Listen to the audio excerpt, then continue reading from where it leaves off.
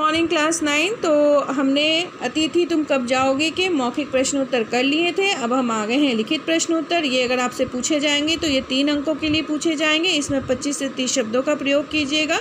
बहुत अधिक वाक्यों में इसका उत्तर नहीं दिया जाता है। 2 वाक्य 4 वाक्य में इसका उत्तर दिया जाता है। तो ठीक है, चलिए मैं आपको प्रश्नोत्तर समझाती हूँ। लेखक अतिथि को कैसी विदाई देना चाहता था। लेखक अतिथि को भावभीनी विदाई देना चाहता था, मतलब कि एक भावपूर्ण विदाई जिसमें ये खुशी हो। खुशी इस बात की कि मेहमान आया, 1-2 दिन आपके घर रहा और चला गया। इसमें भाव हो। भाव कैसा भाव? प्रेम पूर्वक भाव, अच्छा भाव कि आप और 1-2 दिन रुक जाते, खुशी वाले भाव कि आप उसे रोक रहे हो, इस तरह के भाव। ठीक है, भावभीनी विदाई देना चाहता। वह चाहता था कि अतिथि उसके डिनर, लंच और सिनेमा आदि के द्वारा किए गए आदर की छाप लेकर चला जाए। वह उसे विदा करने स्टेशन तक जाए। तो विदाई कैसी होनी चाहिए? उसे मन में क्या इच्छा थी कि वह खुशी खुशी आया, खुशी खुशी यहाँ से चला जाए और यह सब यादें अपने साथ लेकर जाए कि मैंने उसे डिनर कराया था, लंच कराया था, सिनेमा दिखाया था। खुशीपूर्वक आया, खुशीपूर्वक वहाँ से चला जाए। और आदर की छाप मतलब हमने उसका सम्मान किया, मान सम्मान किया। अब तो ऐसा नहीं हुआ, 5 दिन हो गए, परंतु लेखक क्या मान सम्मान करेगा? लेखक तो अंदर से चिढ़ गया था ना।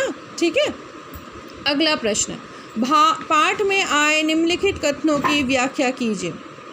अब आपको कुछ कथन दिए गए हैं और इसकी व्याख्या करनी है, मतलब इसका मतलब आपको समझाना है। अंदर ही अंदर कहीं मेरा बटुआ काँप गया। पैसे की कमी होने से ऐसा कहा जा सकता है कि बटुआ काँप गया। ठीक है, व्याख्या देखिए क्या लिखना है आपको। जब लेखक ने अपने घर आए अनचाहे अतिथि को देखा तो उसका बटुआ काँप उठा।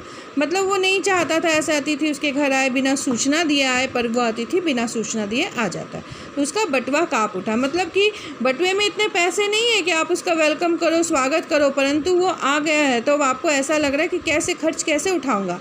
आशय यह है कि उसे अपनी आर्थिक स्थिति डगमगाने का भय सताने लगा। उसे पता था कि मेरी आर्थिक स्थिति अच्छी नहीं है, तो वह स्थिति डगमगाने लगी। उसे लगा कि इस मेहमान पर बहुत अधिक खर्च करना पड़ेगा। उसे अंदर ही से आभास यह था कि अब ये मेहमान आया है तो खाएगा पिएगा रहेगा, तो उस पर खर्च करने पड़ेंगे, अधिक सामान लाना पड़ेगा। ठीक है, अगला। ख, अतिथि सदैव देवता नहीं होता, वह मानव और थोड़े अंशों में राक्षस भी हो सकता है। व्याख्या देखिए। अतिथि हमेशा देवता नहीं रहता है। अगर वो देवता है तो वो कुछ दिन के लिए, मतलब एक दिन के लिए आया या 2 दिन के लिए आया, दर्शन दिया, 1 दिन रहा, चला गया, तो देवता की तरह रहे। अगर मनुष्य की तरह वो वहाँ पे 5 दिन 10 दिन बोझ की तरह रहने लग जाए तो कहीं अर्थों में वो राक्षस भी हो जाता है। यदि वह थोड़े समय के लिए रहे तो देवता प्रतीत होता है, परंतु बाद में सामान्य मनुष्य प्रतीत होने लगता है। अगर वह लंबे समय तक टिक जाए तो राक्षस जैसा अनुभव होने लगता है, क्योंकि वो आपकी परेशानी को, आर्थिक स्थिति को नहीं समझ रहा है और वो आपको कष्ट दे रहा है, तो कष्ट देने वाला राक्षस ही कहलाता है। ग, लोग दूसरे के होम की स्वीटनेस को काटने न दौड़े। घर तभी तक स्वीट होम यानी कि सुमधुर और आरामदायक जान पड़ता है जब तक कि उसमें घर के सदस्य ही रहें। तो हम घर में बच्चों बड़े अच्छे तरीके से रहते हैं, जैसे मन आता है वैसे रहते हैं, तो इसीलिए हमारा घर प्यारा घर होता है। Home is a sweet home.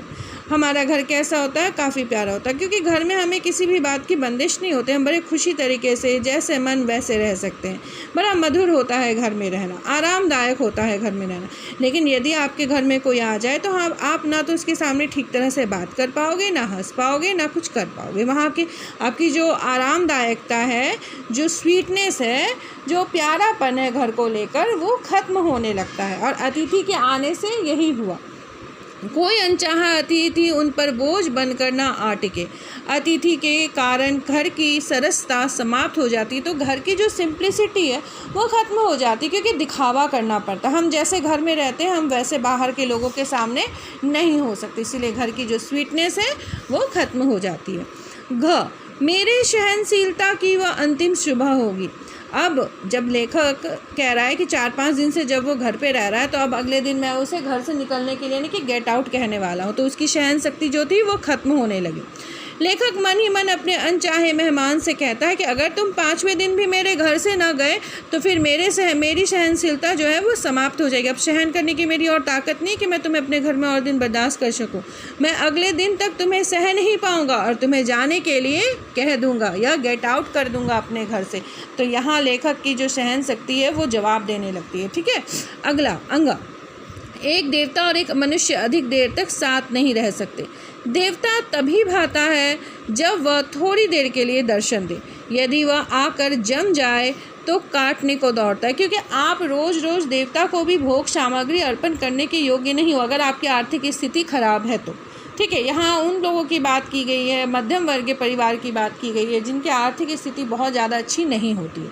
मनुष्य लंबे समय तक किसी को सम्मान नहीं दे सकता, और सम्मान की बात करें तो 1-2 दिन ठीक है, 3 दिन ठीक है, आप किसी को सम्मान दे सकते हो, लेकिन अगर वो आपके सर पे ही बैठ जाए तो सम्मान देना कहीं ना कहीं मुश्किल हो जाता है।